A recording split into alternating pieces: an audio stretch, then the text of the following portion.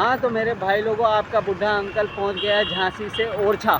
ओरछा जो कि आप लोग देख रहे हैं, ये श्री राजा राम द्वार लिखा हुआ है। ओरछा का ये गेट है और ये अपनी शाम प्यारी खड़ी है। कहा जाता है कि आज से 600 साल पहले रानी कुंवरी गणेश, जो कि राम जी की बहुत बड़ी भक्त थी, तो उन्होंने राम जी को लाने के लिए तपस्या की थी अयोध्या जाकर 21 दिन की तपस्या के बाद राजा राम ने जो है उन्हें दर्शन नहीं दिए, तो उन्होंने जाकर सरयू में छलांग लगा दी। सरयू में छलांग लगाने के बाद भगवान स्वयं प्रकट हुए और उनको बाहर निकाला। तब रानी से पूछा गया कि आप चाहती क्या हो, तो रानी ने कहा कि भैया मुझे जो है जाना, आपको लेके जाना है अपने ओरछा में। तो ओरछा में चलने के लिए राजा राम ने 3 शर्तें रखी कि पहला ये कि मैं जहाँ पर स्थापित हो जाऊँगा मैं वहीं रहूँगा, उसके अलावा हिलूँगा नहीं मैं। दूसरा ये कि जो भी होगा बस ये समझ लीजिए कि मेरे ओरछा पहुँचने के बाद वहाँ कोई राजा नहीं बनेगा दोबारा। वो शर्त भी उन्होंने मान ली। तीसरा ये शर्त थी कि भैया जो है दोनों जगहों की राजधानी एक ही रहेगी। तो मैंने कहा ठीक, वो मैंने कहा क्या मतलब, उन्होंने कहा ठीक है, मतलब सारी शर्तें मान ली। और रानी जो है राम लाला की जो है मूर्ति को, राम जी को लाकर यहाँ पर स्थापित किया।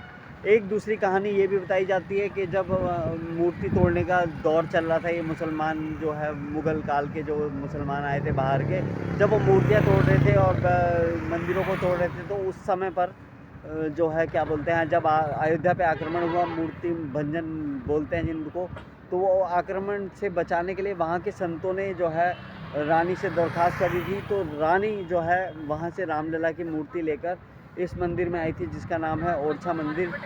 ये देखिए, तो ये है वो ओरछा मंदिर जो कि आपने देखा। और इसी में जो है कहा जाता है कि जो रामलला की ओरिजिनल छोटी मूर्ति है वो यहीं पर है। अक्सर इस पे डिबेट भी होती है, चैनलों पे भी बातचीत होती है, लेकिन कहा जो जाता है वो यही कहा जाता है। और आपका बुढ़ा अंकल पहुंच गया है ओरछा। तो चलिए अभी चलते हैं आगे, बहुत कुछ है दिखाने को। बने रहिए बुढ़ा अंकल के साथ, सपोर्ट करें दोस्तों, बस इतना सही कहेंगे आपसे, ज़्यादा विनती नहीं है हमारी, बस इतनी सी विनती है, बने रहिए बुढ़ा अंकल के साथ। फिलहाल चलते हैं, हम बहुत दूर जाना है अभी। देखिए किधर लेके चलती है हमारी साइकिल, बने रहिए। हाँ तो मेरे भाई लोगों देख रहे हो, ये है बोटिंग बेतवा नदी, और बेतवा नदी के किनारे बिल्कुल हम खड़े हुए हैं। धूप हो गई है बहुत, और ये अपनी शाम प्यारी खड़ी है। और देख रहे हैं आप लोग, हम बेतवा नदी के बिल्कुल किनारे खड़े हैं। बहुत विशाल नदी है, और जैसा कि आप लोग देख रहे हैं नदी बहुत विशाल है। और अभी सामने की तरफ देख रहे हैं, ये रोड जा रहे हैं सामने, इधर से जो है हम आए हैं ओरछा की तरफ से, और अभी हम चल रहे हैं खजुराहो, ठीक है ना। तो खजुराहो हम चलेंगे, तो बने रहिए। बेतवा नदी के किनारे हम खड़े हैं, और यहाँ बोटिंग भी होती है। 150 रुपये इसका टिकट है, आपको थोड़ा बहुत दूर घुमाएंगे। वो देख रहे हैं सामने चल रही है बोट, और ये नदी है। तो चलिए चलते हैं, बने रहिए बुढ़ा अंकल के साथ। हाँ तो मेरे भाई लोगों, जैसे ही हम बेतवा नदी से थोड़ा सा आगे चले, तो भैया मिले हमें रास्ते में। और भैया बहुत सही है, इनसे मैंने 2 मिनट बात करी, तो बात करके मुझे अच्छा लगा कि शायद इनसे बात करनी चाहिए। तो भैया अपना नाम क्या है भैया जी का? मेरा नाम गौतम कश्यप है। मैं झांसी में पारीचा का रहने वाला हूँ। जी और जहाँ तक कि मैंने अभी देखा कि अंकल जो टूर पे निकले हैं साइकिल के टूर जी पे, तो कोई नॉर्मल बात नहीं। जी। और अभी अभी की यूथ इतनी आलसी होती जा रही है हाँ हाँ, कि लोग घर पे पड़े रहते हैं। बिल्कुल। तो अंकल से कुछ सीखना चाहिए। सैल्यूट है अंकल को दिल से कि इस एज में भी घूम रहे हैं और अपने इस शौक को पूरा कर रहे हैं। बिल्कुल बिल्कुल, देखो हम तो ये कहते हैं कि भैया शौक जब भी करें, हाँ। शौक बड़ी चीज़ है, शौक ठीक है ना। और शौक मैटर नहीं करता, आदमी के अंदर जुनून होना चाहिए, एक पावर होनी चाहिए, चलने के लिए होना चाहिए। हाँ। तो हमें बहुत अच्छा लग रहा है आपसे बात करके। और कुछ कहना चाहेंगे, बताना बस चाहेंगे? ऐसे ही आपकी यात्रा मंगलमय हो। हमारी पूरी झांसी कम्युनिटी बुंदेलखंड जी की तरफ से आपको हैप्पी जर्नी। जी नमस्ते, जी, धन्यवाद। धन्यवाद बहुत बहुत, आप लोगों का बहुत बहुत धन्यवाद।